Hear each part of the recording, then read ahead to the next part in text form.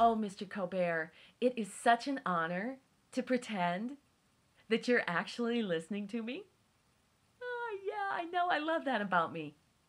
Mr. Colbert, welcome to the second of our four-part series entitled Wisconsin is Asking the SuperPac for Help. My name is Barbara With. I am reporting from Fort LaPointe, my corner of Fitzwalkerstan. Fitzwalkerstan, you say? Well, how the hell do you get to Fitzwalkerstan? Mr. Colbert, get yourself to Lake Woebegone and then go to the other side of the tracks. Yeah, that's Fitzwalkerstan. Because you know how in Lake Woebegone everything sort of smells like this sweet burning wood? There's pies on the stove, old-time music coming out of the radio, and the water's still clean, and people like each other. Not so much in Fitzwalkerstan. Fitzwalkerstan, there's pickpockets on every corner. Girls don't really feel safe going out alone at night. And that trout stream you used to fish at when you were a kid up in the Pinocchio Mountains by the Copper Falls? Well, now it's a big open pit iron ore mine. What they're doing is they're taking iron ore out of our hills and they're shipping it to China, where they're making it into weapons that we're buying back and then selling to other people to use on us. Welcome to my corner of Fitzwalkerstan. The last you saw us, Mr. Colbert, the usual suspects, these patriots who for month after month after month after month have been showing up at the Capitol to make sure that we have open government, who have been exercising their constitutional rights, being ticketed and now being jailed for wanting to have a camera and videotape our government in action as is granted to us. Now, the Democrats came out onto the floor with a resolution to the Republicans asking them to stop this police state that has been going on in Wisconsin. I just noticed that moments ago another person was removed from the gallery for wearing a sign. And I have to say, in my opinion, the First Amendment is pretty absolute. The right to petition the government is a freedom that's guaranteed by our First Amendment. And I'm deeply troubled when I see people being removed from the gallery for not speaking, but merely wearing a sign. Those are First Amendment rights that are absolute. They are absolute in a context of petitioning the government, and I strongly object to people being removed from the gallery because they are wearing items that express political opinion. And the Republicans said no. They said they were far too busy working on their laser-sharp focus on this special session of jobs, jobs, jobs, that they didn't have the time or the inclination to stand up to protect our rights. They did that twice. So here we are with no fourth estate, no one reporting what's going on, except this group of citizens who have remained dedicated day after day after day, given up their lives and their jobs and their focus to pay attention to this hostile takeover of the government of Wisconsin. We were told by Senator Urbanbach. This budget, much like the legislation we've dealt with in this chamber, is based on fear and paranoia. It's based, in fact, on some lies. This budget is setting our schools, our parks, our prisons, our local government, our state government, our county government. This is setting up our UW system, our technical school system, all of it. This budget is setting up all of that to fail. All of it. First of all, you go after collective bargaining. Then you cut funding to K-12 education, to local units of government, and to everything else, and they're going to suffocate. But it's designed to be that way. There are corporations that have hired lobbyists for schools, for prisons, for health and family service programs. We all know that. These are multinational corporations that can't improve their bottom line overseas, so they are turning to the states. And it's not just in Wisconsin. It's in other states as well. That's what's going on. That's where we're going. Where we're going is Wisconsin Incorporated. Where we're going is a hostile corporate takeover of Wisconsin. Where we're going is to unaccountability land. we were told by Senator Jauch. This is a budget that makes Grover Norquist feel proud.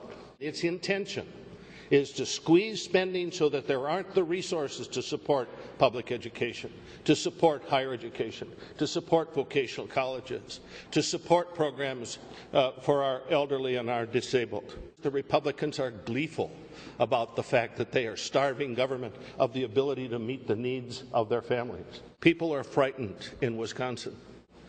They're extremely frightened that their own government is abandoning them. It is an abandonment of our responsibilities as officials. Representative Berceau warned us. But what we've got right now in Wisconsin is a plutocracy. And I cannot believe that you can go home to your communities and look at people and say, I know better than you do. My values are better than yours in terms of how we run our communities. And those of us who have been here day after day after day have seen for ourselves that this is a hostile takeover of our government. They're going to keep having us arrested because they're too busy creating jobs. So, we decided to take a very close look at this special session. And so to begin with, I noticed that there was a pregnancy care month, a tribute to pregnancy care centers, and making November National Adoption Month. This goes very directly with the bill that came through that pretty much eliminates sexual education from our schools. Well, I call it going retro. Yeah, it's like we're going back to the 50s. Remember in the 50s? If there was anything such as sexual education, it was this. If you don't have sex, you won't get pregnant. End of story. Yeah, so that's our new sexual education program, so it makes sense that they're going to honor all the pregnancy centers and the adoption. All right, they talked about the purchase of tobacco products from with minors, state trails, motor vehicle dealers, the apology of condolence by a healthcare provider.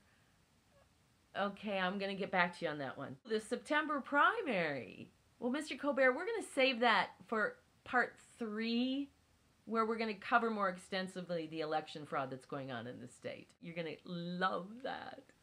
Relating to soft tissue injury to a law enforcement officer when resisting or obstructing arrest. That's good, right? They're taking care of the paramilitary? Yeah. Temporary alcoholic beverage licenses for fairgrounds. Oh my God, that is so great. Now we can drink legally at the fairground. We don't have to bring it in our Slurpee cup. Oh, way to go. Throwing or expelling a bodily substance at a public safety worker.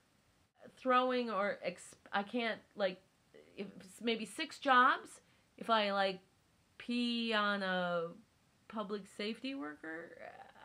I don't know. Can't blame a girl for trying. Providing false information to a law enforcement officer, again, taking care of the paramilitary. They actually reached consensus on one bill. They all voted unanimously on the definition of bicycles. Yeah. And then they gave themselves a big round of applause. Oh my God, it was so precious. All right, now this was one that had me a little concerned. The Board of Commissioners of Public Lands to make revenue obligation trust fund loans to certain municipalities. Whenever they get around the money, I get really a little nervous. And you should too. Plates for dealers of motor vehicle. Oh, here's a jobs bill. This is one I think that's really going to create a lot of jobs for their trucking cronies. The guys that gave Walker all this money to get him elected. They're going to increase the overweight vehicle limit for transporting sealed containers and vehicles in international trade. Oh, let's see. Mining companies with their great big trucks now will be able to tear up the highways, and us, the taxpayers, will have to flip the bill. And they can be way heavier than they've ever been, so isn't that good for them? Prohibiting ordinances that place certain limits on landlords. The guy who brought this one forward is a landlord, and from what I've heard, he has a reputation of being a slumlord. In fact, there was a case that he settled out of court just recently because his place was uninhabitable. This bill is going to allow him to pay much less damages on his slumlord cases than he has in the past. Now he'll have an easier time being a slumlord. So, I don't know, maybe that's a job for him, I guess. The age that a child can spearfish. Sturgeon. Yeah. I saw 2 bills come up having to do with economic stimulation. One was the wind power bill. Now, this is a bill that those of us up here in the Northland have been working for a very long time. We've been looking for sustainable energy that will combine with economic development, something that won't hurt the environment, that will give us jobs. And this wind power was perfect. The winds off Lake Superior, and actually the whole state. And this bill would provide immediately 1,000 jobs for 171 businesses, get the economic stimulus going in a sustainable way. And what did the Republicans say? No. The small business development stimulus that was going to help small businesses get on their feet, providing them with help and support, the Republicans said no. The Republicans said no to the only 2 bills that brought true economic stimulus. We, the people, are dedicated to our continuing of monitoring, videotaping, and keeping a very close eye on the Republicans in Wisconsin. Many people have seen the hostile takeover of our government in action. On our next episode, I am so excited. I'm going to take you through the history of Fitzwalkerstan, all the way back in the beginning, when all of the school children came with valentines to beg the governor not to gut public education. And in that innocent time back then, a lone red balloon got loose. One of the kids probably bought it in to convince the governor to have a heart. And for many months, unbeknownst to us, it lived at the very top of the rotunda. And that balloon has become a symbol for us that we will prevail because we truly love Wisconsin. We want what is best for the good of the whole, not just the mining company, not just the fascists, not just the corporations. Hopelessness and isolation. I'm absolutely certain these will be the death of me, because I'm living in an alien nation where the fundamental rules of culture